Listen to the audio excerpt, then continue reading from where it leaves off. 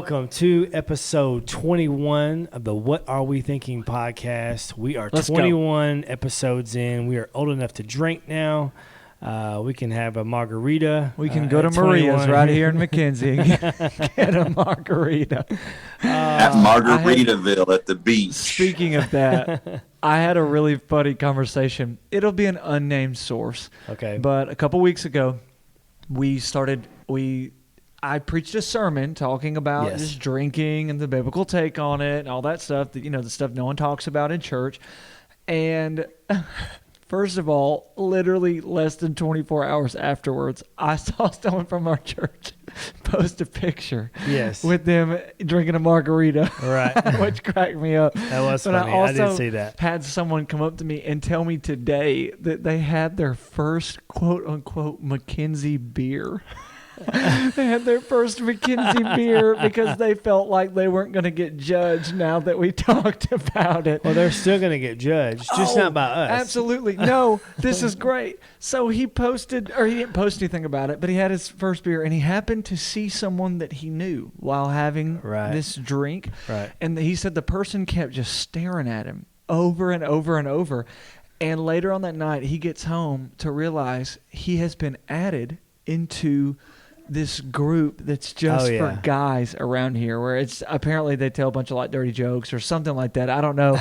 But like the guy felt like he belonged in the group because he saw him drinking a beer. I was like, this is so funny right now. But isn't it like a dad's group? Yeah. It's like a dad's group. Gosh, that's what it is. Too funny. He got added to it because so 21. Super cool dad's group.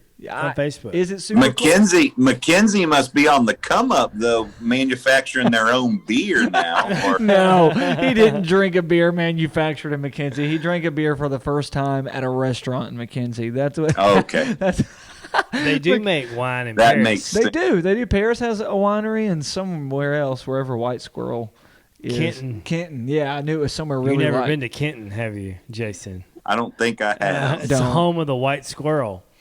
It really, that is awesome. Is it awesome? That's exactly how I would say it. Oh, that is awesome. It's not really. Awesome. It's like when you, shout out to Bethel University, but it's like when you talk about Bethel University and what they have the most national championships in, and it's like fishing and roller hockey. Yes, they are very good at roller hockey. Right. What's roller hockey? Also awesome. Does anyone White squirrels and roller hockey? Roller hockey. And the funniest part about their roller hockey team, first of all, if they're great, whatever.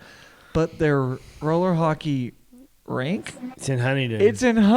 It's not even on Bethel's campus, so it really makes me laugh. But is the mascot the white squirrels?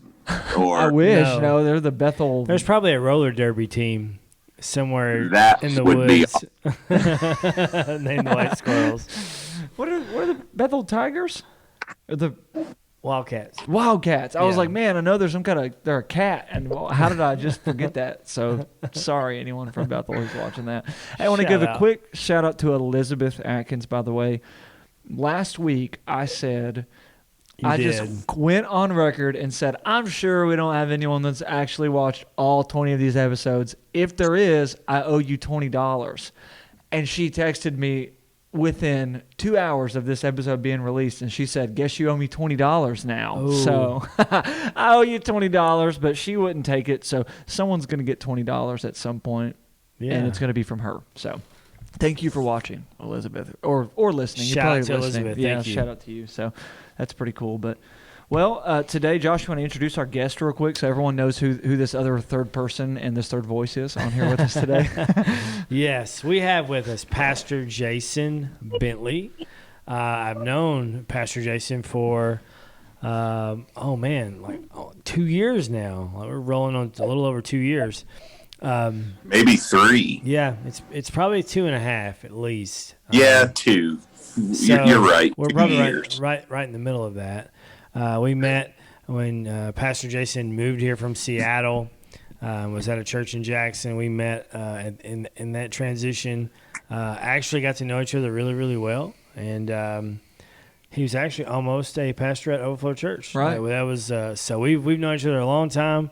I've always loved having conversations with Jason. He is just always 100% a great conversation. We always have fun. It's always funny. He's also very knowledgeable, and just I consider him my friend, and I'm glad he decided to join us today on the podcast.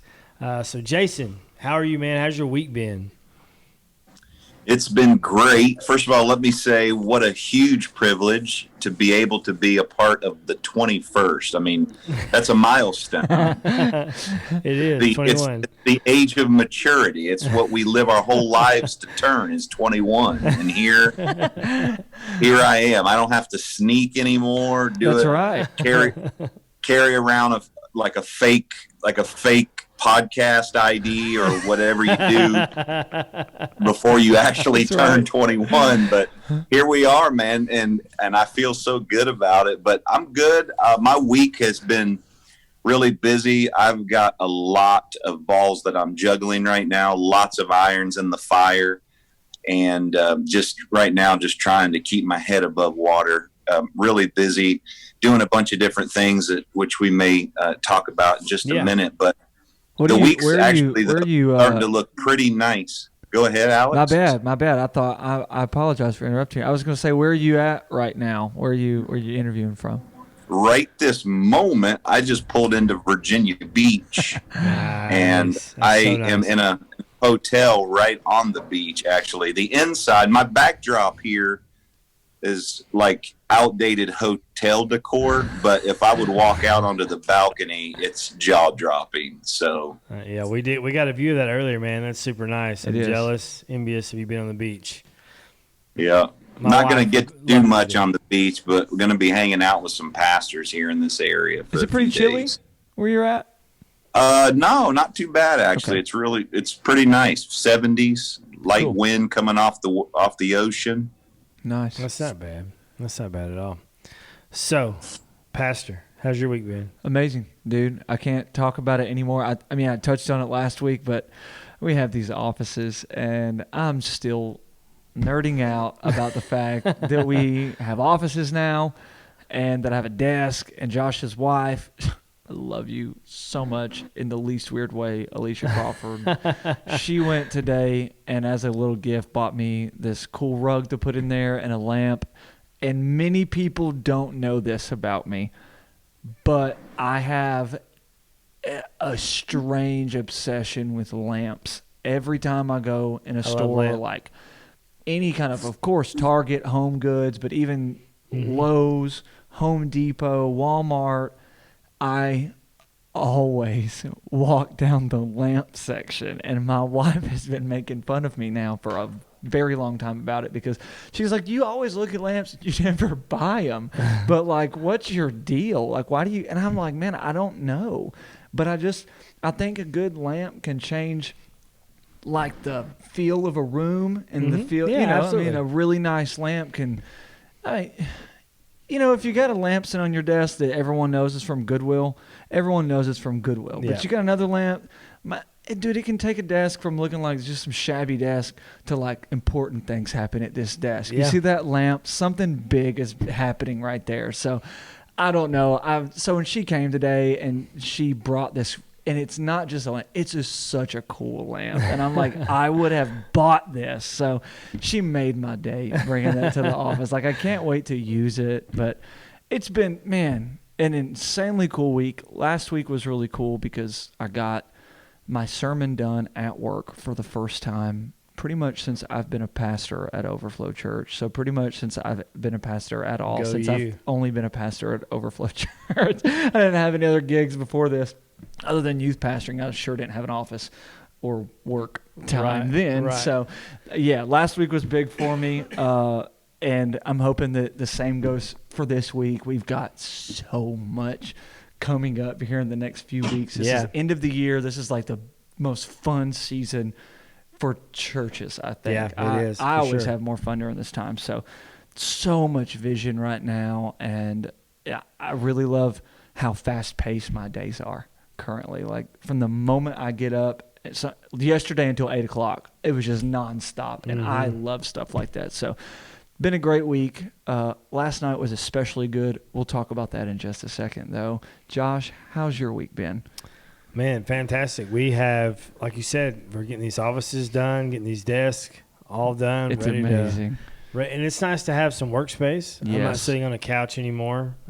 Just like with my legs either kicked up on the table or his older asleep. back.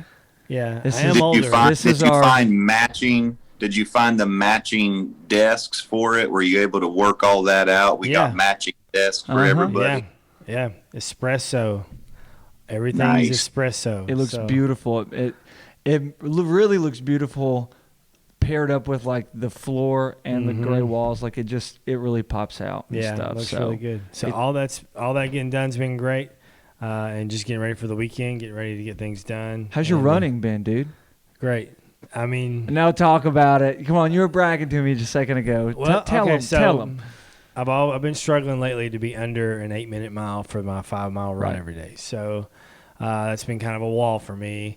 Monday, I had to run in the afternoon, which is something I don't normally do. Right. And if I do that, I'm usually really slow. But I hit a 7:52 or 7:56 mile per mile on my 5-mile run, and then today I hit 7:52. So that's insane. I hope you know that's insane. Well, Josh, that would be insane for me to hit in 1 mile. 7:52. I'm not getting that in 1 mile. I can't imagine averaging that through 5 miles. My average through 5 miles would be like 13 minutes. Yeah. A mile. I know it would be. The first one I would knock out and maybe get it in 8. The rest, I would have to walk at certain points. I'm drastically out of shape cardio-wise, especially. Well, it's just some especially goals upset. COVID. I mean, you got residual lung issues, I'm sure, knocking it out. I haven't felt. I don't have any reserve. So like when I do my workouts in the morning and run, it takes me a few hours to gather up my strength again. I'm still kind of. That was happening before COVID. The second he turned 40, I'm just messing. Easy. It's a trend of mine every time we have this podcast to make fun of Josh's age in some way. He made fun of my age for the first time. He never makes fun of my age, and I will give him so much credit for that because for him, it's his funny thing because he's still going to be able to do whatever he's doing. For me, my age is actually something that really intimidates me sometimes because I'm 28, so Josh never makes fun of my age. But last Sunday, we are Saturday. No. Well, you made fun of me twice recently. So 2 Sundays ago, our wives are doing this thing called the warm up right now, which is the pre-show for our worship experiences. So they happen 15 minutes before each show. They're asking us all these questions in front of the whole church, mind you, asking us all these questions about what's my favorite coffee, what's my favorite gas station snack. And I won't say Josh was doing a bad job. He was struggling a little bit. I was not struggling as much. True. And so I don't know. I was laughing at him, and he said, "You're 28. Y'all have only been married for 2 months or something like that." And made fun of me. And then the other night, I was at a ball game, or I was watching a ball game at Mark. Shout out to Mark at Mark Anderson's house, and I don't know what he said. I don't even know what I said. I was talking about like Tennessee football, how it's like that crazy friend you have, like you don't know if they're gonna call and like be nice or be crazy or be mean. They're just so unpredictable. And then he said, "No, they're very predictable." We know what every Tennessee fan is gonna say. Like, although they did win this past weekend. Yeah, we got lost, and so I'll let you keep going with it. But. So then he said, because they said, no, Tennessee is predictable. And I was like, you're just a youngin'. You don't remember the good days. You weren't even alive. It's this table full of guys that are all exceedingly older than me. And I was like, dang, I just got roasted in front of all these guys I've never met before. But it was funny. So I can, if I figure if I can dish it, then I can take it. We have a lot of fun with this. What are you a sports fan? I am a diehard Ohio State Buckeye football fan. Okay, all right. From Ohio. Okay, I feel that. So you grew up in Ohio? I did. Born and raised. My dad pastored there, and who's your favorite in the last 20 years, who's your favorite Ohio State player? Ohio State player? Yeah. Man, we've produced so many greats in the last 20 years. It's really hard to say, man. I mean, like, linebackers are consistently coming out of there that are beasts. Wide receivers. It's really hard for me to say. Some great quarterbacks, too. I mean, at least college level quarterbacks. Correct. Yeah, they don't ever seem to do that great in the pros. But most of them don't transition well to the NFL, but you've had some great But the linebackers do. Yeah. I'll tell you, you want to know who one of my favorite Ohio State players, and it's not a football player, it's a basketball player, and I'm trying to think of his last name, Greg Oden. Greg Oden. Oh, my, now he was a total bust, of course. Greg Oden? Yes. I remember being in like... He looked like an old man. Yeah, I was in like 7th grade, I think, watching How many this times guy. did you redshirt this guy? He's like 82 out there on the court. He was terrifying. Yeah. He was terrifying. He looked 82 out there. He looked like Morgan Freeman. And this huge beard, and I just remember him being, blocking so many shots and like he would grab balls out of the air. Like he didn't just block them. He was the guy that would go up and grab them and palm them. And I was like, I've never seen anything like this before. And then he didn't do much in the NBA because of injuries and stuff. But because he was already 80 by the time he got there, he was already on disability. But it's so weird for me, of all the players at Ohio State, somehow I go back to Greg Oden. Like, he's the guy I remember when I think about Ohio State, which that's ridiculous because no one else does that. But I don't know. I do. So what about you, Pastor Alex? What about you? What's your team, or where are you from? Or I'm pathetic. I love sports. I love football, like watching football. I do not. Okay. So 8 years prior to this, I lived in Alabama. I did not grow up in Alabama. Grew up around here. Oh, Lord. I know. But I did live in Alabama. I had many friends that went to the U of A. I knew people on the football team. We went to many games. I even worked at Hibbett's Sports, so I had to sell a lot of Alabama gear. I would get a lot of gear for like really nice Nike stuff, like $3. And I figured I knew these players. Like, I didn't just watch. Right. I actually knew them. I lived in Alabama. I worked at a sports store there. I felt like it was okay for me to be a Bama fan. Not to mention, I moved there in 2011, which was the mark of maybe 10 of the greatest years that Alabama football has seen, and that's saying a lot considering they have a rich history. So it was really easy to become a Bama fan. I will not tell you my allegiance lies with Bama, that I have some unhealthy obsession with Alabama. I don't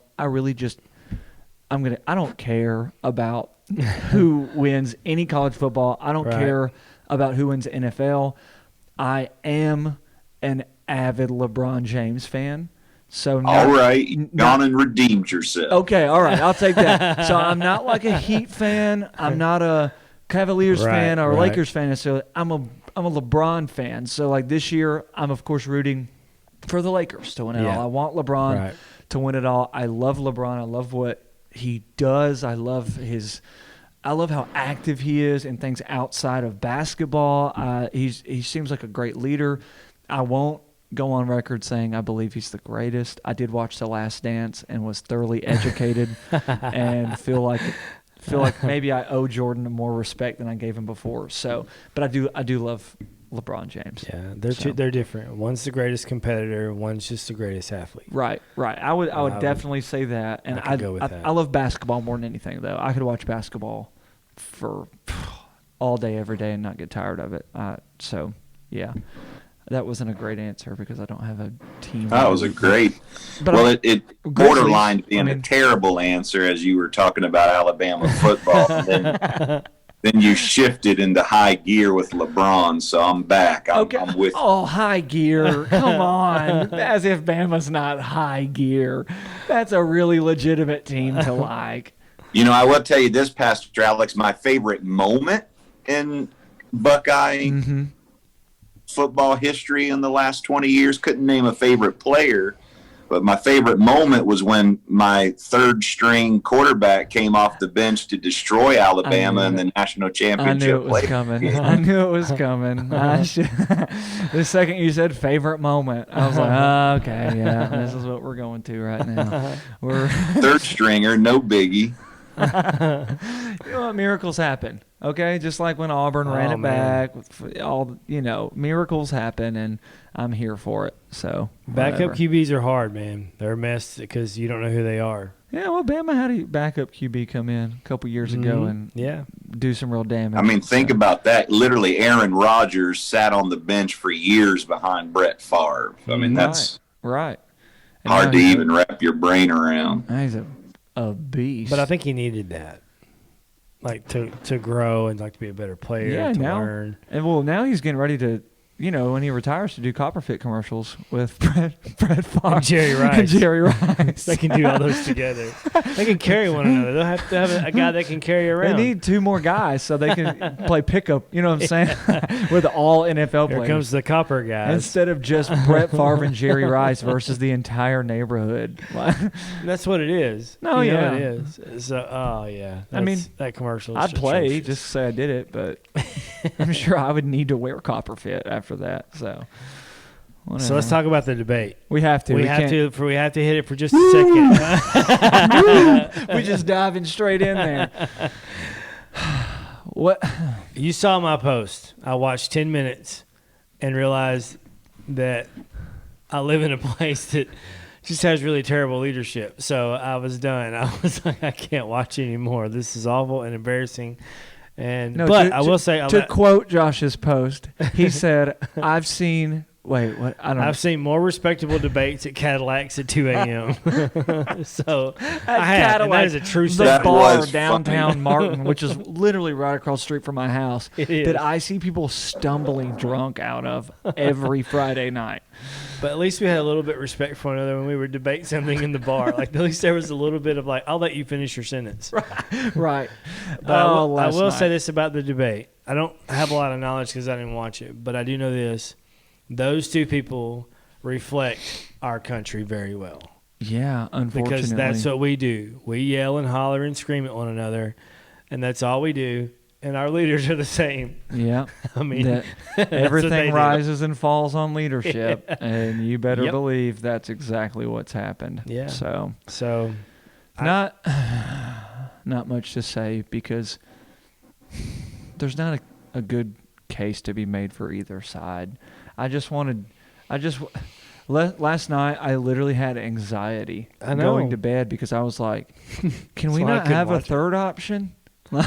Just a decent third option to choose from. That would be my most preferred political reform would be give us a third option. Yeah. Let's do something to where we're not having to just choose between two people. And you have one, like you have the Libertarian Party, but they're not going to get any play because they don't have the money. Right.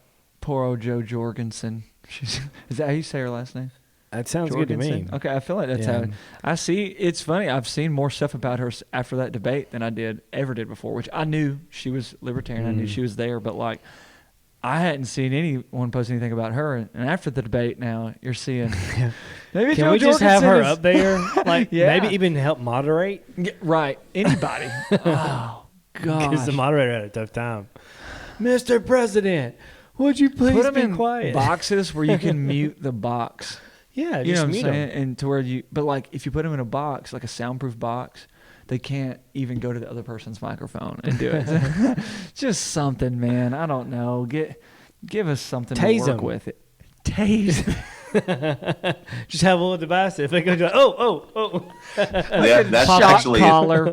Yes, I was just getting ready to say that would be amazing if they wore shock collars and the moderator had the remote control. That would be insane. How cool. Donald in the face. His hair down. Oh God. What was in Donald's hair?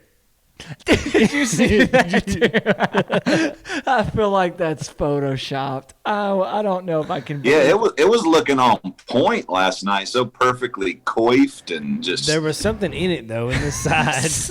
There's no way that's real. There's no way that's real. Like there was some kind of tape or something in there. Like it looked like it's like trying to figure LeBron's hair out. Like it's the same thing. Like it's like trying to figure out like to be an influencer, you have to have horrible hair. Yeah.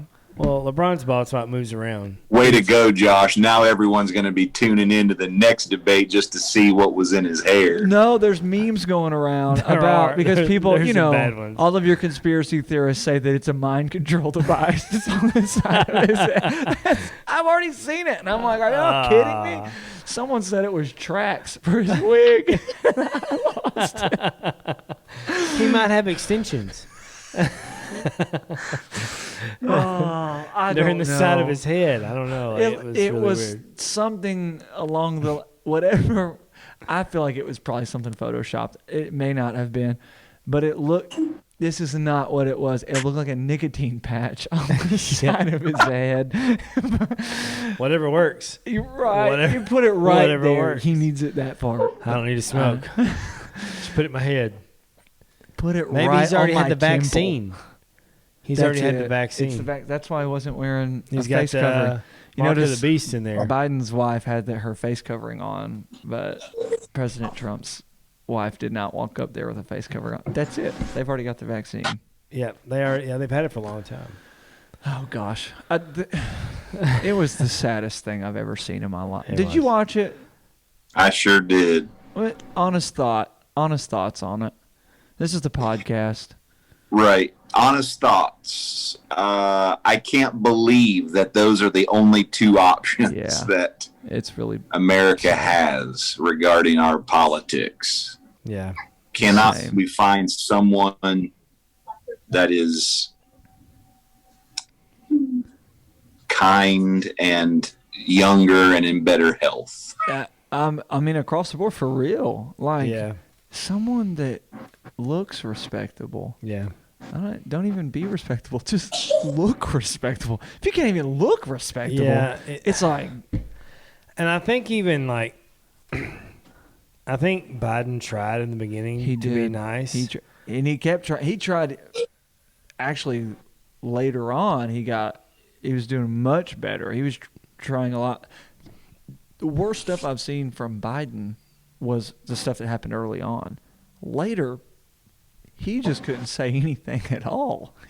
I mean, he was just kept, the crosstalk was just so insane that it was like, oh, gosh. Maybe they should do these debates at like an AA meeting. I promise. I promise they should. No crosstalks allowed, so it's like you got to follow the rules. Put them in there with some guys that are in AA. Yeah.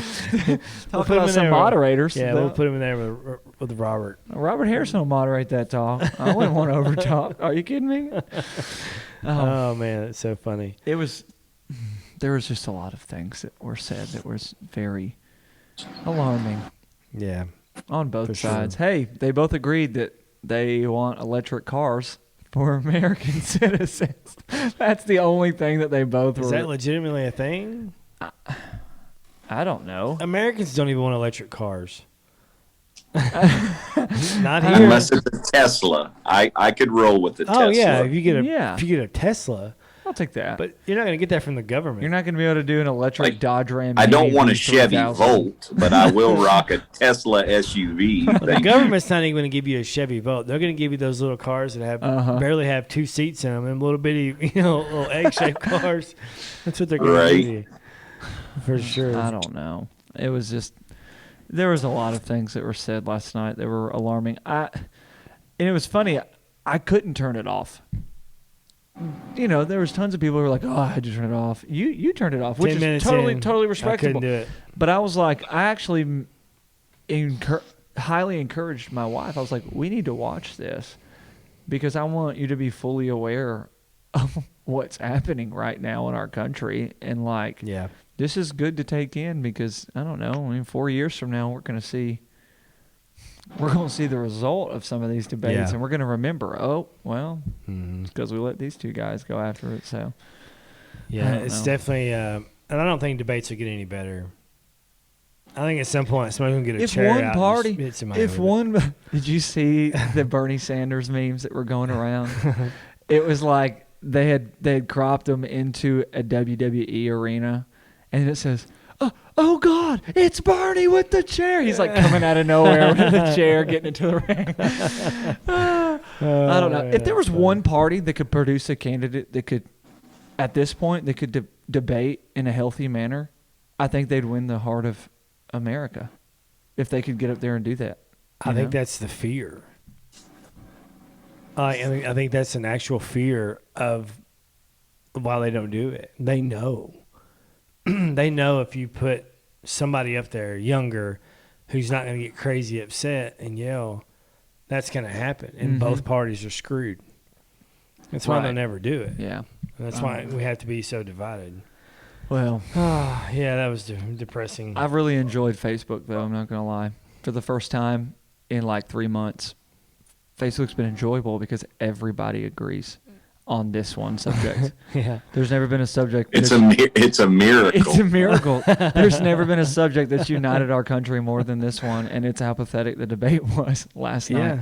Everyone on every side is like, wow, I'm embarrassed for us. And everyone's like, yeah, me too. So isn't that horrible? The one thing we can find common ground on is how terrible our two candidates are. I don't know. It blows my mind. It's embarrassing. It blows my mind. So shout out to the American people. That's what we have to look forward to, for sure. God bless the USA. Man. So, do we have a start it segment? Yeah. And this is my stop it. And Pastor Jason, feel free to chime in on this one. As we were talking before this, just kind of inspired by the series we're doing right now at church called This One's for the Girls. As it went with last week, and even through this whole series, we have been pushing so many of our female leaders, moms, wives, daughters, sisters, aunts, grandmothers, whatever, at our church, to begin kind of getting out of their comfort zones and doing things that historically they haven't been asked to do, maybe at a church in general, or just things that they're nervous about doing, things that they're maybe scared to do, whether it be doing like the announcements on Sunday or doing some of our transition moments, or this week I've got a load of ladies, but somewhere between, anywhere, I think it's like 15 to 20 who are going to be sitting up on stage while I preach. They're just going to be sitting up there kind of like carrying some of the engagement or whatever, and some of them were really nervous to even do that, but they're doing it. Nobody has declined. They're all, and everyone's like, this makes me so nervous. I'm not sure, but I've been really inspired by seeing some of these women of God step up and do something that's out of their comfort zone. And so today I want to encourage some of you to stop allowing your comfort zone to dictate who you are and what you do. And we've done a stop it segment, a start it segment. It's kind of both.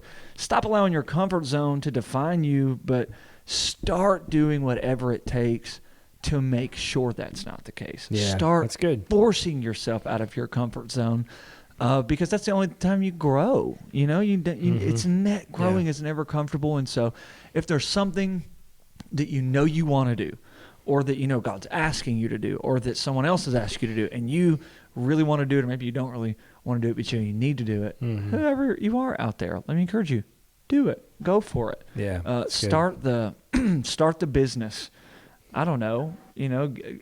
Initiate that talk with that person that you want to be in a relationship with. Guys, if you're nervous about asking the girl out, do it anyways. Go ask her out. Just walk up to her and hand her flowers and say, you're going out on a date with me this Friday night. Don't, whatever. Do that thing that you're scared to do. Get out of your comfort zone. Any thoughts? I think that's great. And I would even go, since we've been talking about, the whole political realm for a while now and everything we've had on the podcast, follow people you disagree with. Yeah, absolutely. Be around that some, gain perspective. I think that helps you get out of your comfort zone. Anytime you're around another perspective where you can just glean off Like, that. don't be Just afraid to kinda- be wrong. Yeah. You Yeah, know? absolutely. Don't 'Cause be you can afraid to be for wrong. sure. Don't be afraid to not know everything because, hey, alert, you don't know everything. Right, And absolutely. you're going to be wrong and you're going to make mistakes. But, like, just don't be afraid of that. Any thoughts on that, Pastor Bentley? Well, I would just say that anybody that waits for the fear to be completely gone in order to act is never going to move. Right. Yeah, Absolutely. So you just gotta move, even if it's incrementally. Each step you take as you start gaining momentum will increase your courage. And before long, what started as incremental movements can eventually turn into a full-on sprint. Right. But you gotta move. Yes. Yeah, that's yes. good. That's a good word. So you guys be encouraged. Because the law of physics say this, that an object at rest tends to stay at rest unless acted upon by an outside force. Right. Yeah. Conversely, an object in motion tends to stay in motion unless acted upon by an outside force. So move, and you can move so much better once you're moving than from a dead stop. So don't let fear keep you held back. Just move and see what God will do. I love it. Yeah, I love it. Be that's encouraged, good. people. Stop being held back by your comfort zones or your fears.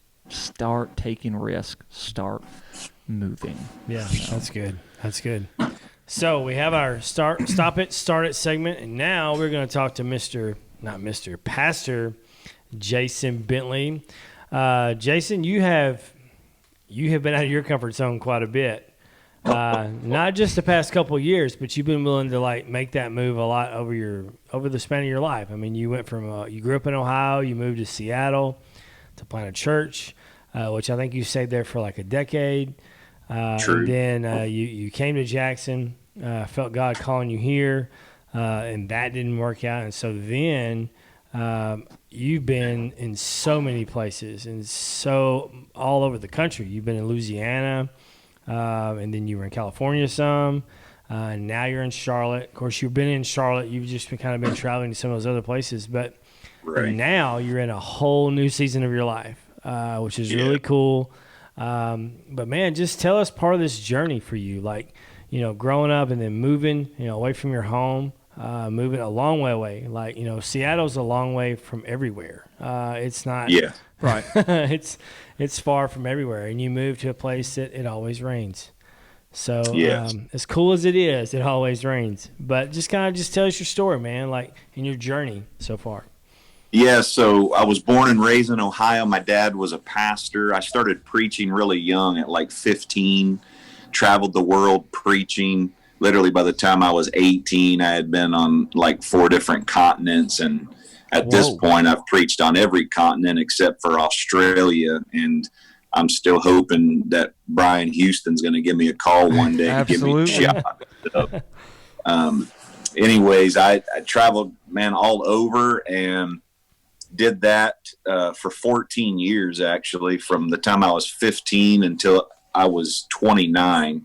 Literally traveled the world preaching. And during that time, my father, who was my pastor, my best friend, died unexpectedly when he was only 51.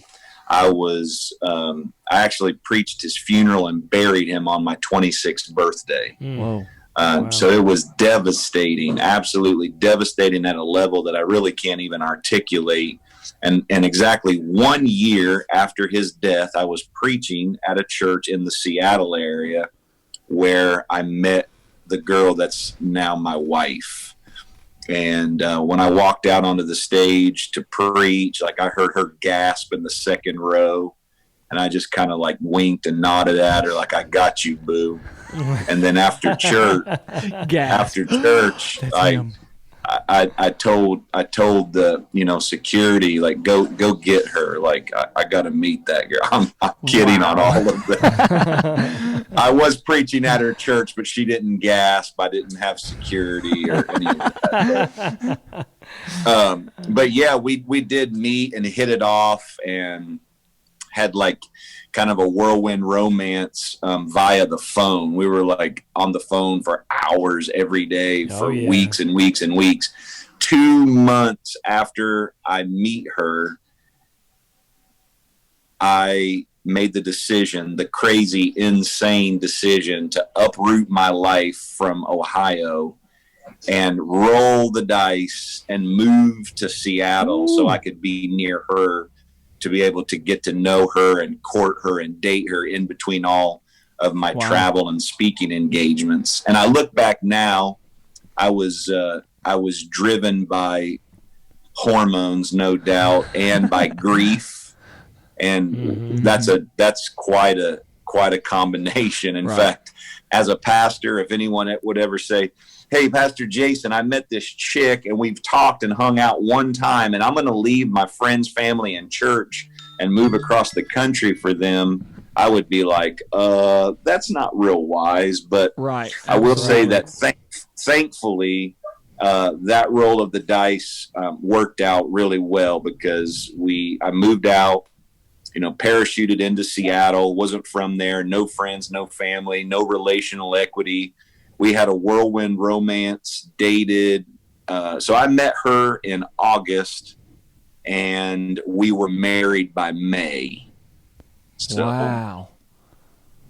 Yeah. That's awesome. And I continued traveling and preaching. And then we made the decision to plant our church, High Point Church, in Kent, Washington. And I planted our church the dumbest way that you possibly can. So I'm a guy from Ohio, parachuting into one of the most unchurched cities in America. I have no relational equity, and I'm planting a church in my living room with my wife. No money, no team, no equipment, no people, absolutely nothing. Dumb. D-U-M-B, dumb. Any church planners that are listening to me, you'll know what I'm talking about. If you're thinking about planning a church, do not do it that way. You are crazy. And man, planting it like that, the first couple years was brutal. I mean, like brutal. But man, God was so faithful and gracious, and our church started growing, and we ended up pastoring High Point Church for 10 years. Wow. And grew it to over 1,000 people connected to the life of our church. And just had an amazing church. Young, multicultural, diverse, first-gen Christians. I mean, super exciting. People getting saved and baptized, and just, man, it was super awesome. But the weather was really getting me down. That constant rain was making me really mentally, emotionally, and even physically not well. I was getting respiratory infections and sinus infections all the time, and it was just really wearing on me. So I started praying and asking God, like, Lord, are you going to release me? I mean, I never dreamed I'd pour my life out and get a church started and leave it, because that was not my intention. I wanted to pour my life out, serve there, and then retire and enjoy my life. But started just feeling really dissatisfied. And about that time, I got a call to come check out Jackson, Tennessee, of all places. An older pastor was claiming that he was retiring and wanted Alex and I to be his successor. And so after a number of months of kind of hammering out all the details, we moved there and settled into our new role. And it just didn't work out. I think the man just felt like he had more in him, didn't want to retire. And so that put us in an awkward place, like, oh boy, what are we going to do now? And so went back to traveling and was just waiting on God to open up the right door. And ultimately we have landed in Mooresville, North Carolina, a suburb on the north side of Charlotte. And we are planting a church. Let's go. Awesome, dude. Again, church planting 2.0, the remix, baby, but hopefully not so dumb this time around. That's good, man. And you've shared some of that with me, and last time we had lunch, and I just think it's awesome. And Charlotte's a huge city. Thousands and thousands of people live there, and there's thousands of people that don't go to church. And I know every little suburb is different, and where you're at, it's pretty affluent. I mean, it's a really cool spot. So, it's We're praying that God just does big things for your church. And what kind of suggestions would you have for someone that's planning a church? Like, what are some key things you've learned over time that you know now at 2.0? You're going to remix it a little bit, so you got a whole new plant. What are some things you're going to do? Not just with money, or just like you're going to have a little more relational equity because you've been there. So you've made some relationships. What are some things you're going to do different? Like, what are some things you're looking at doing this time you didn't do the first time? Yeah, so I would just say, number one, collaboration is key. Mm-hmm. So I would collaborate with just all kinds of relationships in the community, even other churches. Just collaboration is so much better than competition. Right. Yeah, absolutely. And just collaborating and networking. And I would say that you should treat everyone that you meet as if they are the doorkeeper of your destiny. That's good. And That's so good. That's so good. when you meet someone, whether they're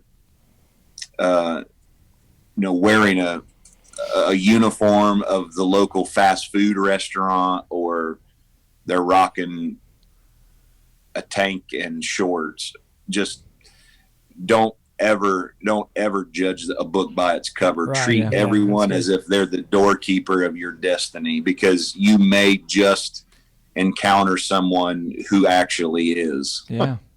Yeah, that's and good. will throw the door open to relationships that would change your life and ministry, resourcing. So that would be one thing. Collaborate, whether it's building teams or raising money. And then I would say the thing for me right now in this season, and I was contemplating this the other day, I would say that I am right now, as I'm trying to plant a church in a pandemic, I'm trying to do two things that seem somewhat dichotomous. I'm trying to increase my faith while lowering my expectations. Okay. I like it. Explain. Take your shot at explaining what you mean by increasing your faith and lowering your expectations.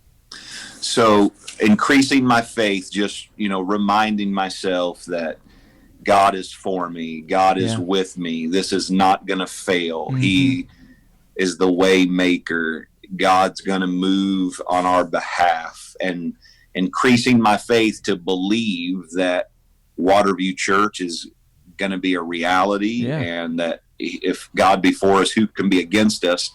But at the same time, lowering my expectations in that I am going into this now knowing about planning a church, knowing the strategy of planning a church, knowing that if I follow this playbook, if I do X, Y, and Z, then this will be the outcome. And I know metrics, and I know what to be expected. But because everything right now is so upside down, going into launch Sunday, normally maybe I might expect 300 people, 500 people, because if you work the playbook right, there's no telling what could happen on a launch Sunday. Right. But in this season, while I'm increasing my faith, believing God to be with us, that he's moving and working, lowering my expectations, and that it may look differently than what it normally might look. We may only have 150 people instead of 550. There may only be 75 instead of 420. But whatever the case may be, God is with us. And if we start off slow, or if it's seemingly not as successful according to our measurements from the outset, doesn't mean that God doesn't have great things in store. And just give God a time to work and get through this season, and then maybe we'll get back to what can be normal expectations, because I think there is a difference between faith and expectation. Absolutely. Yeah. Absolutely.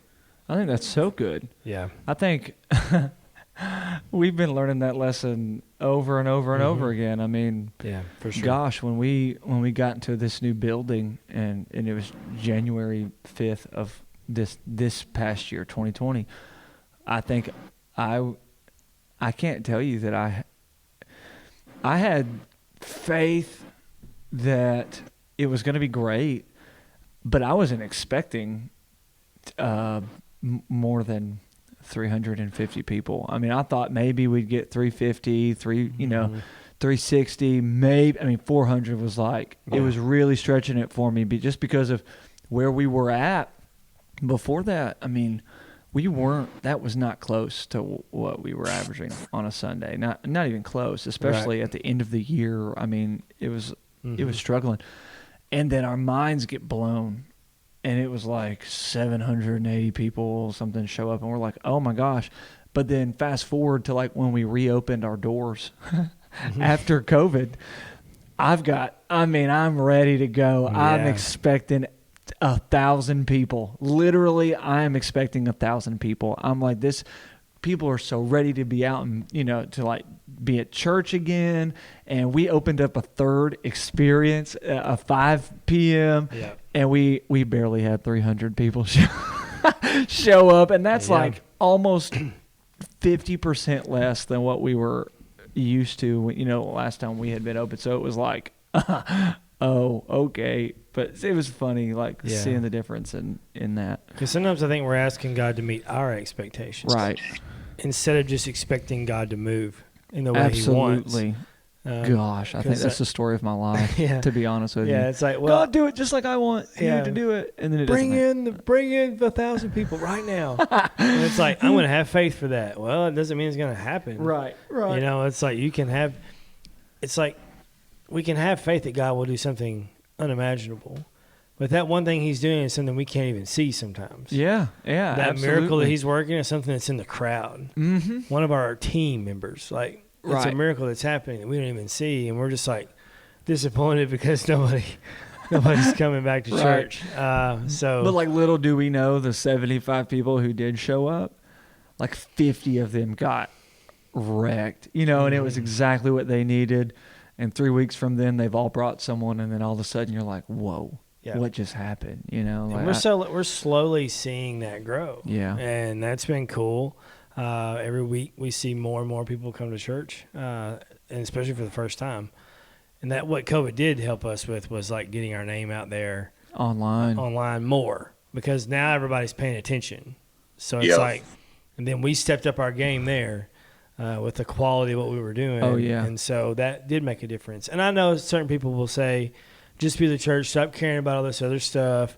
Like, that's how you reach people, too. You reach people online. It's an avenue where you're presenting the gospel. So that's why it's important to us. It's been really fun to watch because, first of all, we've literally reached people who did not go to church. We have people that watch now every week that worship with us online every week, who didn't go to church anywhere, who still don't go to, they would say Overflow is their church, and they've never stepped foot in the building, which that's cool. I'll take that any day of the week. I think that is so neat. That's better than nothing. We have people, especially if you don't live around here, but one of the really funny things to watch is people who cheat on their churches. And there's some of that. Because, on Facebook, you see who's watching. Yeah. And so it's like, oh, they go over there. It's just, so it's fun knowing that it's like, you get to have a little bit more reach in your community, and you get to begin making friends with people. And I can't tell you how many people have come up to me that will never come to our church, that are so invested into where they're at, and they're like, dude, hey, we appreciate what you guys are doing. And I'm like, oh, that's so cool. I think it helped kill some of the competition aspect of church. And it did, in these small towns, some of it. Now, some of it, it will never die because it's led by people who are competitive. But that's in small towns, big towns. I think God wanted to kill that in His church, period. Yeah, absolutely. But right now,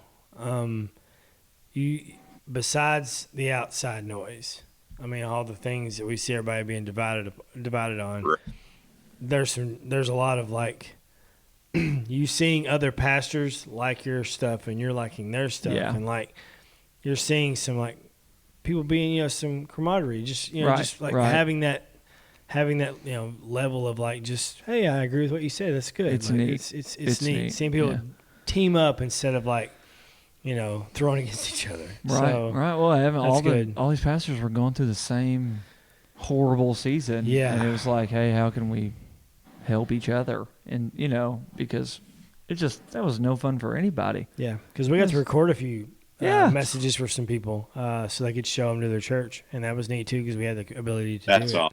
Do you guys have a venue yet? Man, we last week I went through a facility that I think is going to be the one. That's so epic, dude. Is Yeah, there actually? really. This is not me being facetious. The name Waterview, is there significance? Is it just the area that you're in? Are you in a church that views like a body of water? And that's not meaning I'm not trying to be funny. Like I want to know where your name came so from. It's original. honestly, like we get asked that question a lot to the point that it's listed in the FAQs on our website. So actually, there's actually two. It's a double meaning. Okay. One of it is geographical, and the other is theological and methodological. Cool. Okay, so the geographical significance is that Mooresville sits on Lake Norman, the largest lake in the state of North Carolina. Cool. So we actually have a water view in the city. Secondly, the theological and methodological significance is tied to Jeremiah 17, which is kind of like the foundational verse and passage for our church, where it talks about being planted by the rivers of water. Yeah. Your leaf won't fade. You'll always produce fruit. And you'll always be green. And water is the source of life. That's why both Jesus and the Holy Spirit are referred to as water. And therefore, because it's the source of life, our life should be always centered around it. And we should never be too far removed from the water. Always have a water view life. I love that. That's good. See, I didn't. That's good. I would have literally never guessed that, like the deeper meaning of that. And that is such awesome, cool dude. because I don't know. I mean, what a cool conversation to have with someone who's like, oh, what's water view even mean? What is that? Like, oh, cool. That's a conversation starter if I've ever seen one. That's So, a good one. I love that, dude. It's got great meaning. That's awesome. Yeah, thank you. And then that whole Jeremiah 17 aspects of it actually form what is our vision and mission. So what we are about as a church and what we're going to do is linked to Jeremiah 17. So. Wow, that's awesome, dude. So cool. So as we probably get ready to jump off of here, I would expect, and of course, I don't want to limit anything you had to say. What would you say because you've got a really unique perspective here, as a church planner, as a pastor, as an evangelist, a traveling preacher, someone who's grown up in church, what are some things you would encourage people who serve at churches with, contributors at churches, people who are on teams? What are just a handful of things that you would say to them, encourage them with? And it doesn't have to necessarily be what you would say to people at your church. Yeah. Like if you could just talk to team members of every other church, what would you tell them? What would you ask of them? Man, that is a great question, and it's something that I'm actually incredibly passionate about. And so I'm grateful to even have a chance to share a couple of things. The first thing that I would let people know or really remind people of is that they are a part of the greatest thing that's ever been on the face of the earth. Yes. The church is the hope of the world. It's God's plan A. He doesn't have a plan B. And what you are a part of is significant, eternally significant. So on the weekends, you are not there going through some kind of religious calisthenic. You're not going through the motions. It's not just another Sunday. You are eternally affecting and impacting people. And you, many times when you're in the weeds of putting out signs and shaking hands and feeding animal crackers to kids and sweeping the floors, when you're in the weeds, you sometimes lose sight of the profound role that you're playing. Yeah, that's good. And sometimes we lose sight of the why we do what we do, and we get tired and we focus on how tired we are. But sure. I would say to team members, to contributors, I would say that you do not burn out from anything that you do. You only burn out when you forget why you do it. That's so good. That's so good. And if you're tired, don't quit, rest, and consider again the why you do what you do. Let that fire consume you and get back onto the field making a difference, because the only way that you can live an abundant life, the only way that you can live a life of fulfillment, is by using the gifts, talents, and abilities that God placed inside of you to serve a cause greater than yourself, which is the church, the hope of the world. And when you do that, you're able to know what it is to live the abundant life that Jesus promised. You can flourish and you can live fulfilled only when you're moving his church forward and making a difference in somebody's life. That's phenomenal. Good, anything else? Great word. Now, I'm not trying to put. I just want to make sure that I give you room to say anything. If you want to no, say. Man, I think that's all I've got that, right awesome, now. dude. Well, you're you're a well of wisdom. You've been in this thing for a while. You know what you're doing. So I want to make sure I pull everything out of you that I can while I have you at my disposal.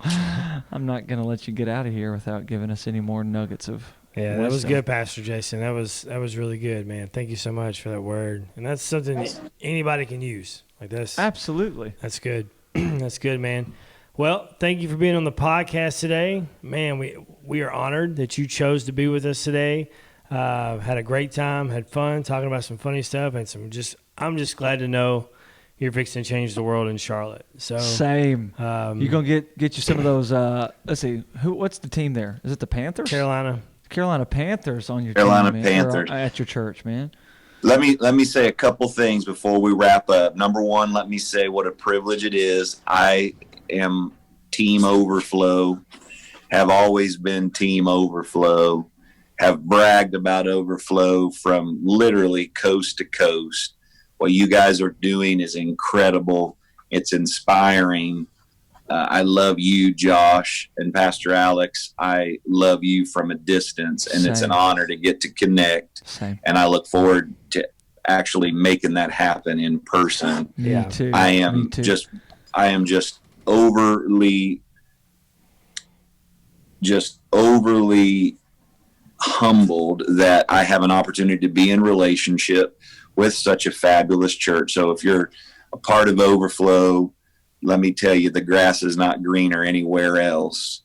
And if you're not a part of Overflow, you need to be, because you can search the world over, honestly, and not find a church like it. So I want to say that. And then secondly, I want to say, if anyone listening has any friends, family, relatives, exiled exes, anyone that they know at all in North Charlotte or in the Mooresville, Iredell County area, Waterview Church is the spot. And I'd love to connect. I'd love to hear from you. You can go to our website. It's Waterview, which water spelled like water's normally spelled, but view is V-U-E. Yeah, that's right. Hey. We fancied it up.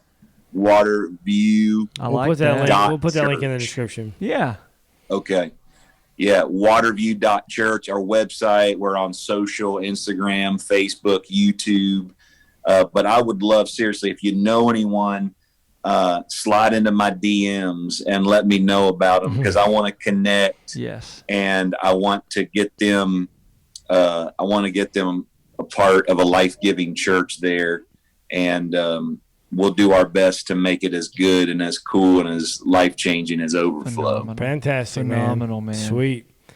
Well, thank you, sir, for being on. Thank you so much. We hope your conference this weekend goes phenomenal as well, man. Walk away refreshed, and if nothing else, you get to stay at the beach for a little while. So enjoy that too. Yeah, there could be worse fates on a Wednesday night. Much worse. Yeah.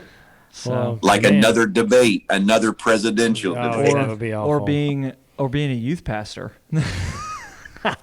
Can't tell you that's not been a friendly fate to me in the past. I've had great memories, but also some not as great ones. So, well, thank you so much, Pastor. Thank you.